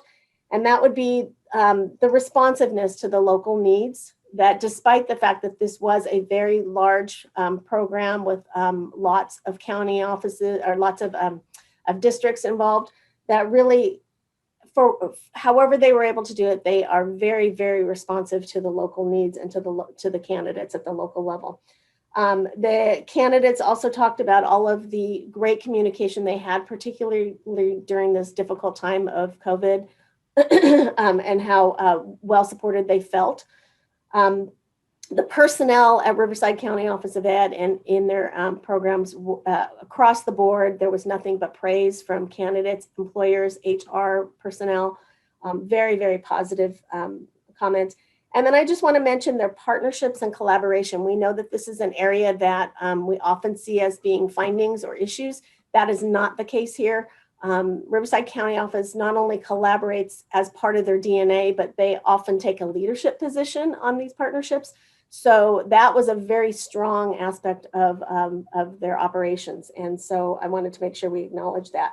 The team did find that all standards were met for common standards and all program standards. It was a very easy decision for the team, and they are recommending full accreditation. So, and I will turn it back to Bob.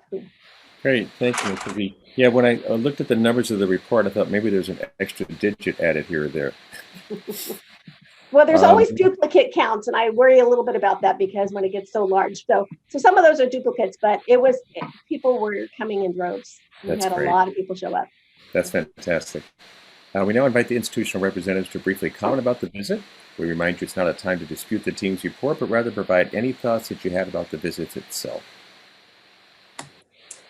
Greetings, everyone. Thank you so much. I just would like to begin by formally thanking the Commission for engaging the Riverside County Office of Education, School of Education in the accreditation process. The review team was dynamic and engaging, and I must say also energetic as they interviewed 939 stakeholders, as you just heard. So that called for some stamina. In addition to that, we'd like to formally extend our gratitude to everyone who was involved in this process, including those stakeholders that were interviewed. With that said, we graciously we're very thankful for the recommendation of accreditation. I also wanted to mention that we're also excited as we look ahead to honor the aim of the Commission by continuing to take steps towards realizing a more diverse pool of classroom teachers and leaders. RCOE is committed to the development of educators who embrace the challenges that are necessary to realize equity for all. On behalf of the Riverside County Office of Education and our County Superintendent, Dr. Edwin Gomez, we thank you. Oh, Bob, you're on mute. Thank you. My computer, I don't know if you can hear, my computer's making a lot of noise. Can you hear the fan humming? Is it annoying? It's a little fan. Yeah, I can hear the fan. Yeah, okay. So I'll have to keep muting. Thank you. Dr. Metzall, any comment you wish to make? Thank you. I just want to build upon this notion of how important collaboration is. Okay, so we don't do this alone. We don't do it for ourselves. We do it for others, for our students. And it really, it's at the heart of what we do. So thank you. And thanks, of course, to the team for finding that. And as Ursula said, all of our stakeholders who were involved and helped bring that to light. Thank you. Great. Thank you so much for sharing that. Any questions or comments from the committee? Member Forts. So I'd just like to congratulate the institution on the excellent showing that you had. I mean, to me, that either says that interviewees are rushing to be interviewed because they have an axe to grind, a complaint, or they're rushing to be interviewed because they really care deeply about the program. And I know that everything in your report shows that it was the latter. It's people who really care. But I think it is a challenge for all of us as program sponsors. So what kind of tips do you have following up on Ms. Hickey's observation? I know the collaborations are really important. What do you think is that secret sauce that really drove that participation? That's an excellent question. I think it really is a matter of being authentic in what you do. Our stakeholders, they know our programs and we interact with them regularly. And so for them to make the effort to be at the interviews was not a huge stretch. But I'll turn it over to Melissa Hall because the logistics, I think, also lend themselves very well to the process. Melissa, Dr. Hall. Thank you. So we are so fortunate that we have plenty of folks on our team. So you, as Ursula and I sit here, there are many folks that we interact with. I will say, this is Melissa's opinion, I actually think having a virtual visit helped us with the numbers. As Cheryl said, we are geographically large. I think it could have been a challenge to have this kind of number, this kind of turnout, even if we had offered, like, let's say, satellite locations, which we've done. We did back in 2012. So I certainly think that helped. And then again, to Ursula's point, we talk about collaboration and continuous improvement every opportunity we get. So folks know that they're part of a program or programs, and they know that this is what we do and this is what we're called upon during this year, the 6th year of the accreditation cycle. They knew that this was that they would be called on.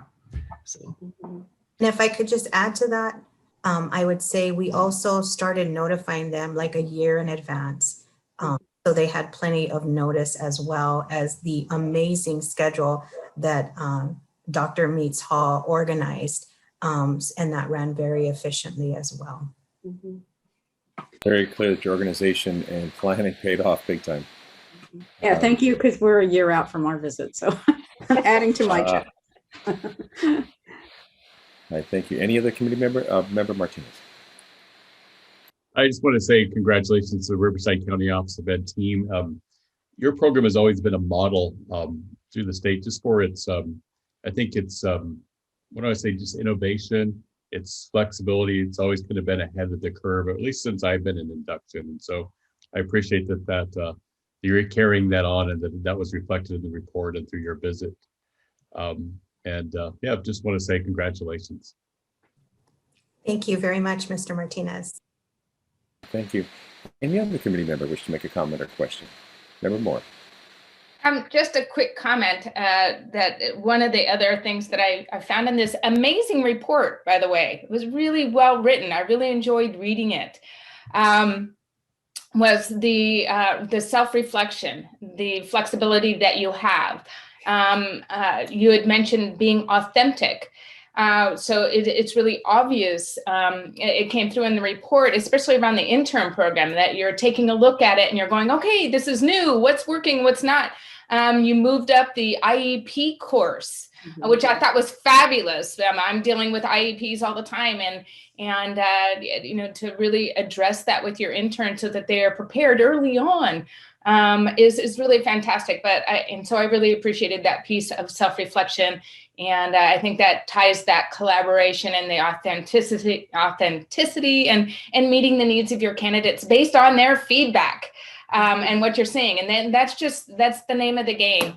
And again, congratulations. I think you must have had to take a class to organize, like block scheduling in high school to get all those interviews. When I saw that number, I was like, wow. And yes, you're a leader in the field, and we thank you for that, all that you've done for those who have come behind you. But anyways, well done and congratulations. Thank you so much, Ms. Moore. Thank you. All right, any other committee member wish to make a comment? All right, seeing none, this is an action item. Is there a motion? Co-Chair Moore. I recommend that I move that we accept the report of accreditation for the Riverside County Office of Education. Great, thank you. Is there a second? Second by Member Forbes. Any further discussion? Secretary, please call the roll. Cynthia Almos.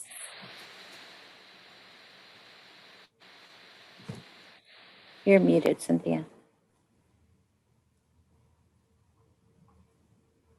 My apologies. Aye. Kathy Gracia. Aye. Cheryl Forbes. Aye. Bob Fraley. Aye. Mike Hillis. Aye. Marty Martinez. Aye. Anna Moore. Aye. Gerard Morrison. Aye. Motion carries. Congratulations for truly outstanding and stunning work done there. It's definitely a model for others to emulate. So congratulations, Dr. Estrada Rebelis and Dr. Metzhall, and thank you, Ms. Hickey. Thank you. Thank you. Have a good day. Thanks, Jake. We are right on schedule. 10:45 is item 14. It's the report of the accreditation team to Arcadia Unified School District. Consultant Jake Schuler will introduce this item. Also joining him are team lead Dr. Barbie Severns, and institutional representatives Andrea Mendoza, coordinator of instructional integration, and Lori Felipa, teacher on special assignment. Does anyone need to recuse himself? All right, seeing none, Mr. Schuler, will you please begin? Yes, thank you. And unfortunately, Dr. Andrea Mendoza isn't able to join us yet this morning. She got pulled away into interviews. So she may jump on here, but Lori is here with us this morning, which is great. So it's really interesting to follow the Riverside County Office of Ed. The Arcadia Unified School District induction program is a much smaller program. They have a total of 13 candidates between year 1 and 2. So they are a fantastic program that is on the other end of being, the large versus small institution. Excuse me, let me get back to my script. The site visit took place March 8 through 10. We had a total of 74 interviews conducted with various stakeholders throughout the visit. And despite being conducted entirely online, the visit proceeded with all normal accreditation protocols. As I was saying, the team at Arcadia was led by Dr. Andrea Mendoza, who is the induction program coordinator, and Lori Felipa, who is a teacher on special assignment. Andrea and Lori were fantastic to work with throughout the year leading up to the visit and were extremely thorough in their preparation. You could see in every interview and in every interaction that Lori and Andrea are the backbone of this program, and we heard compliments one after the next during interviews about the amazing support and guidance they provide to candidates and to mentors as well. Also joining by Zoom today is our team lead, Barbie Severns. Barbie was an absolute joy to work with and a fantastic leader throughout the process. I'd also like to thank our site visit review team for contributing their time and expertise to the visit. I will now stop here and turn it over to Barbie, who will present the findings and the accreditation recommendation. Well, good morning, committee members, and I'm really pleased to be here today to provide the recommendation of accreditation for the Arcadia Unified School District Teacher Induction Program. This induction program, as Jake said, serves 13 teachers, and it is so individualized and fully job embedded for their candidates. As was noted with the Riverside visit, their teachers were in the process of getting ready to come back to in-person instruction. And despite that, the district and community focus on getting everyone back. Every stakeholder group and individual provided time and thoughtful reflection on their induction program, and it made the importance of this program very clear to each of the accreditation team members. As stated by an advisory team member, we have the best of the best, and we try to tailor a program that is individualized. Our teachers are the best piece of evidence that we have. So thank you very much. And Lori, it was a pleasure working with you and with Andrea, and please give her my regards as well. Thank you. We now invite the institutional representatives to briefly comment about the visit. We remind you this is not a time to dispute the team's report, but rather provide any thoughts that you may have about the visit itself. Thank you so much, Barbie, for those words. And thank you so much to everyone. On behalf of Andrea, who's our coordinator of instructional integration and Arcadia Unified, we just want to thank the CTC and our site visit team, especially Jake, for all the guidance and support. He was so helpful and provided Andrea and I so much information and just knowledge about the visit. This was our first time together going through something like this, and it was scary for the last few years to think about this, but every step of the way with every process of, from precondition requirements, it worked for us, and we refined our program throughout, and it was just a wonderful experience. We are a smaller district supported by our superintendent and board members. We are like a family, so everyone wants success for all of our candidates and students. So it was such an honor to have this site visit, and we look forward to continuing our work and making our induction program meaningful for our candidates and their journey as long life educators. So thank you. Thank you, Ms. Philippa. Quality is not determined by size. Any committee member wish to offer any comment or question?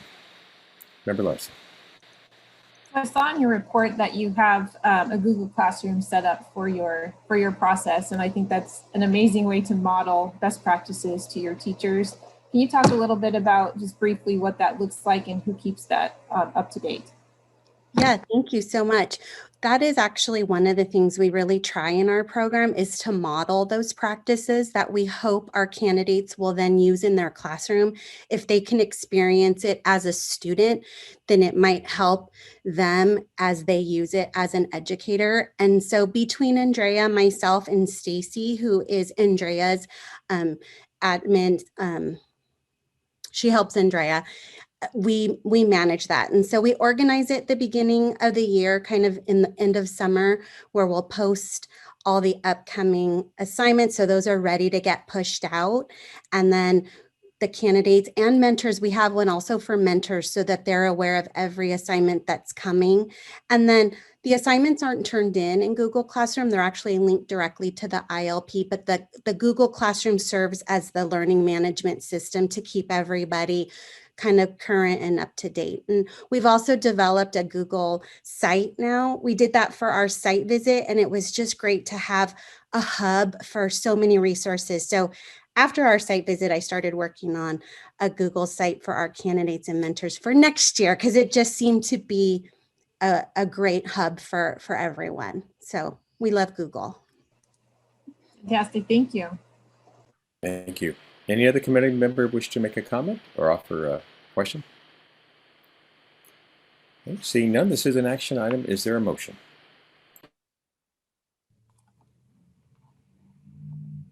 Co-Chair Moore. I recommend that we accept the site visits team recommendation of full accreditation for the Arcadia Unified School District. Thank you. So moved. Is there a second? Second by Member Larson. Any further discussion? Secretary, please call the roll. Cynthia Almos. Aye. Kathy Grisha. Aye. Cheryl Forbes. Aye. Bob Fraley. Aye. Mike Hillis. Aye. Lynn Larson. Aye. Marty Martinez. Aye. Anna Moore. Aye. Gerard Morrison. Aye. Congratulations. Motion carries unanimously. Again, congratulations for the great work you're doing. Appreciate it. Thank you so much. Absolutely. Thank you, thank you, Ms. Philippa, Dr. Severance, and thank you, Mr. Schuler. Right, thank you all. We're moving on. We are a little bit early. Do we have all the representatives for item 15, which is the report, Oakland Unified? We do. Great. If we're ready, we'll do that. We can always come back to items 5 and 9 later in the day. So item 15 is the report of the accreditation team to Oakland Unified School District. Consultant Karen Sacramento will introduce the item. Joining her is team lead Julie Sheldon and institutional representatives Tara Gard, Chief Talent Officer, Lisa Rothbard, Manager, New Teacher Support and Development, and Jennifer Bloom, Consultant. Does anyone need to recuse himself? Seeing none, Ms. Sacramento, will you please begin? Yes, I will. Good morning, SUI members. It was my pleasure to serve as the co-consultant with Iori Osmwani to the Oakland Unified School District virtual site visit, which was held on February 16th to 18th. The protocols for this visit were all in accordance with normal procedures for a site visit and did take into consideration additional supports for the online format that it was held on, which made it go very smoothly. The findings were based on a very thorough review of institutional and program documents, as well as a wide range of stakeholder interviews. So I just want to say thank you to the district representatives for all the work that was done in this regard and for being so proactive and positive all along the way in the midst of so many school and district changes during the time we worked together and during the visit. And I also want to add that Oakland Unified School District site visit schedule was excellent. And I'm actually now using it as an exemplar as I work with other programs in preparing for their site visits. So I would like to acknowledge the tremendous program leadership team of Tara Gard, Lisa Rothbard, and Jennifer Bloom. And I also would like to acknowledge the extremely hardworking and continually professional team, site visit team members, Rowdy Dyer and Ricky Belshi, and the tremendous leadership of Julie Sheldon as the team lead. Julie led with grace and wisdom, and her guidance for the visit just created such a strong and enjoyable standards-based visit for all. So I will now turn it over to Julie to review the program findings. And thank you so much, Karen. I want to thank you for your leadership, and I echo the conscientiousness and the hard work and positive intentionality of the team. I also want to thank the new teacher support and development leadership and the Oakland Unified School District leadership for their graciousness and their organization throughout the process. They were truly responsive to all of the team's requests, and as Karen said, that schedule is very organized, which is not an easy feat during virtual visits, especially with a large group of stakeholders to interview. We could see the work that has been put into creating the system over the past 2 years, and especially the work that was done by the district and by the program's leadership into aligning the Oakland educator framework with the CSTPs, so that it created an opportunity for teachers to individualize their learning, their support and growth. But we also saw with the completers that they continued to reflect, set goals, and change their instruction based on student needs because of that alignment. This was truly a mentor-based program, and we could see that the mentors are the anchor and the heart of this program. We also admired the district commitment to this program by responding to the program needs, and also their willingness to investigate alternate funding sources for the program, which showed it as a true priority. We also felt it was really noteworthy, the focus on equity and the diversity focus of the district, so that they could retain their teachers and create a unique teacher pipeline and support those teachers with an SEL focus for both the teachers and their students. All of the people we encountered in this program were enthusiastic, quality people with the right ideas and the right heart, and they were truly committed to the process. And so our team recommends complete accreditation across, and all of the standards were met, program and common standards. Great, thank you, Ms. Sheldon. We now invite the institutional representatives to briefly comment about the visit. We remind you this is not a time to dispute the team's report, but rather provide any thoughts that you had about the visit itself.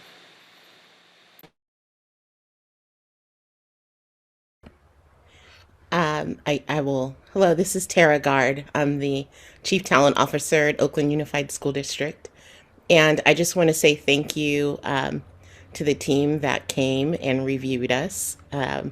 It was an opportunity for us to really show the support that we do provide to our teachers. It's pretty simple. We care.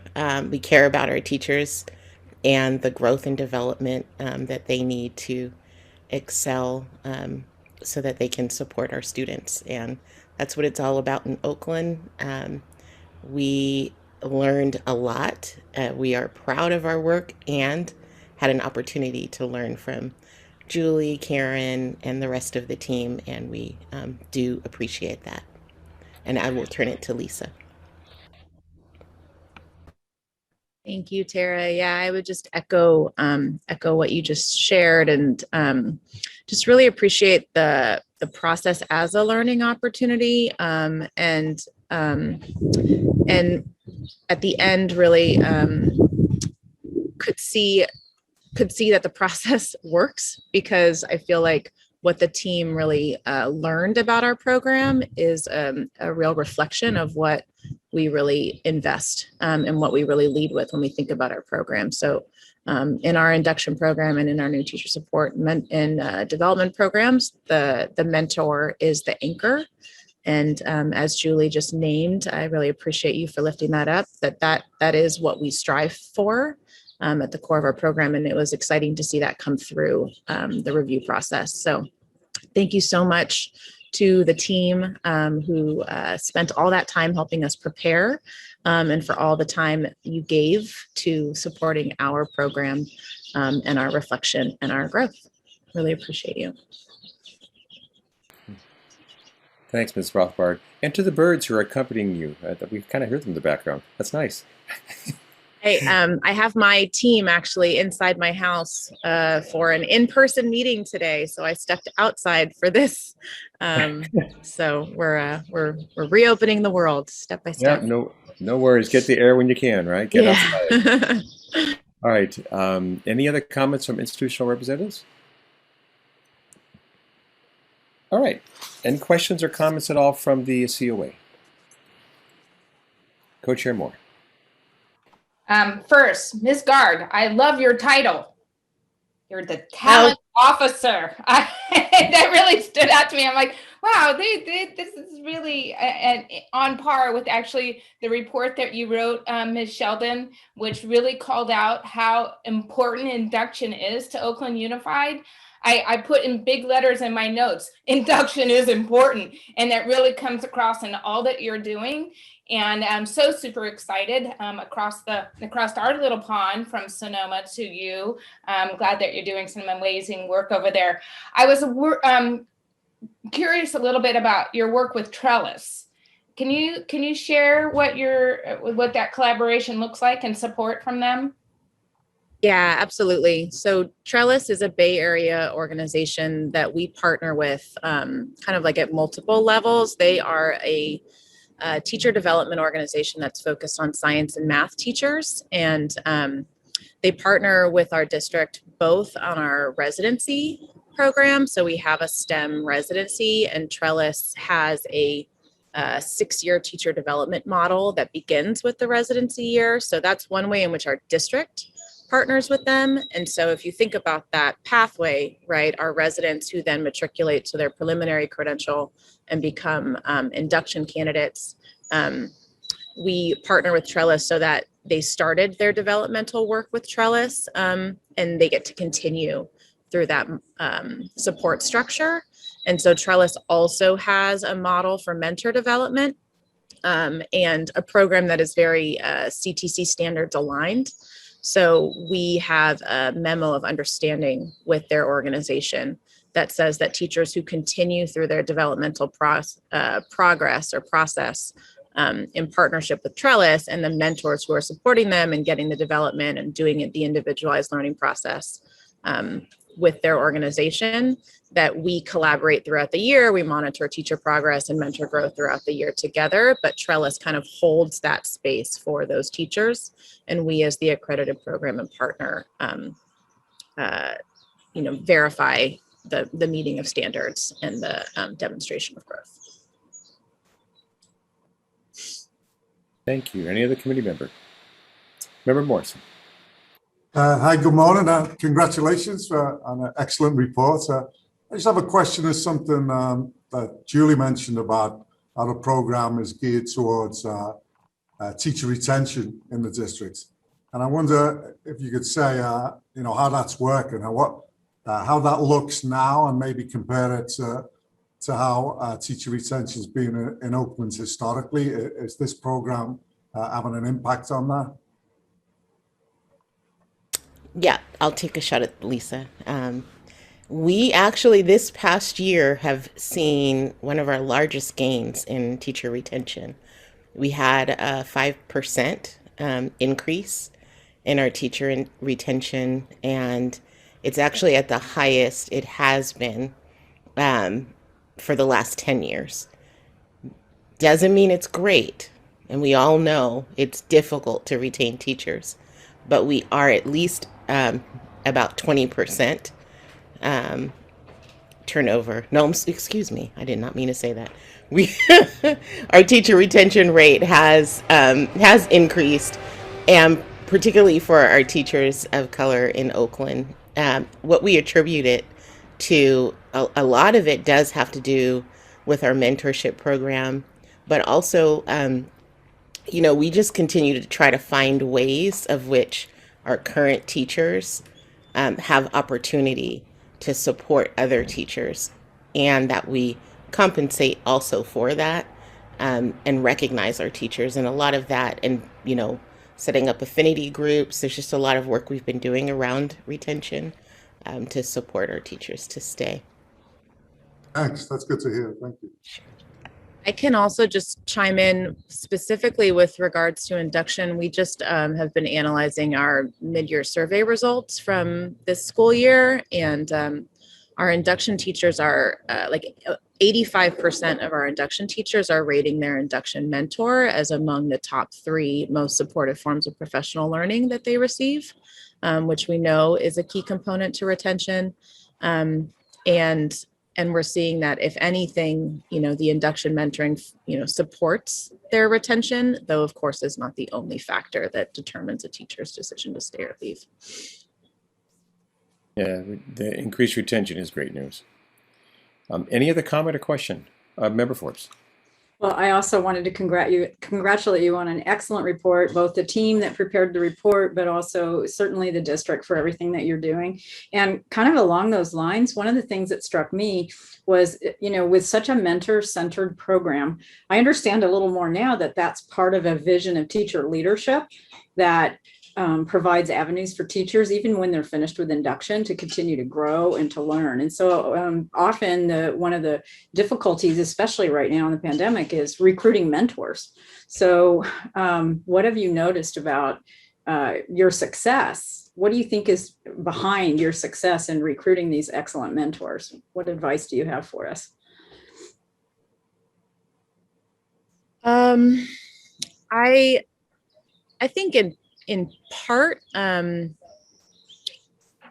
Oakland just is a community where teachers just really care about each other. And so I think that there is just some level here where our veteran teachers really want to step in and support our new teachers and their new teacher colleagues in whatever way. And there's this widespread commitment to support and retention.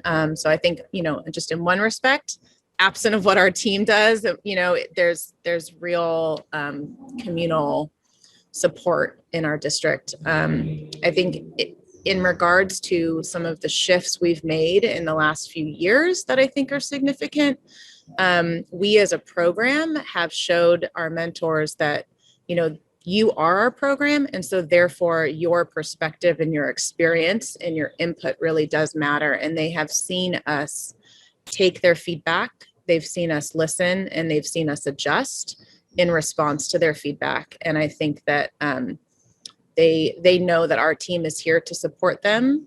And so it's a teacher leadership role that, they kind of already want to take on in many ways, and they feel compelled to continue with it because they know that our team is, going to support them through it, and the enhancements that we've made to their professional learning, I think just continue to feel responsive and grounded in adult learning principles. So I think that I can say that with confidence, that that's something that we lead with and we care about, and we're seeing the impact of it. Thank you. I think it's a really special asset of your program. So thank you. Thank you. Any other comments or questions? Okay, seeing none, this is an action item. Is there a motion?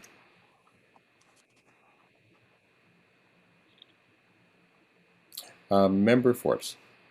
I move that we accept the recommendation of the team for accreditation for the Oakland Unified School District.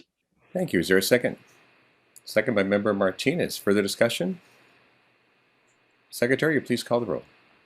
Cynthia Amos, Aye. Kathy Kershaw, Aye. Cheryl Forbes, Aye. Bob Fraley, Aye. Mike Hillis, Aye. Lynn Larson, Aye. Marty Martinez, Aye. Anna Moore, Aye. Gerard Morrison. Aye. Motion carries unanimously. Congratulations. Thank you. And thank you for joining us, Ms. Card, Ms. Rothbard, Ms. Bloom, Ms. Sheldon, Ms. Sacramento, and Ms. Osumwanji. Thank you so much for all your work. Appreciate it. Thank you to the commission. Appreciate you. Thank you. Oh, and Ms. Guard, if that is your home in your background, I want to come hang with you. That is just like stunning. It is not, and you all would probably chuckle if I turned this screen off. All right. Good day. Thank you. All right, thank you. Thank you. Thank you, Karen. Thank you, Julie. Right. We do have an 11:15 time certain. We have a couple minutes if we want to circle back. I don't know if we have enough time to really take another break since we just had one. Do we want to circle back to number 5? Is there enough time for that, Cheryl? Or do you think if Dr. Morton is ready, perhaps we can do item 16? What do you think? Dr. Morton is here for sure. You also have item 9. Right. I don't know how long that's going to take as well.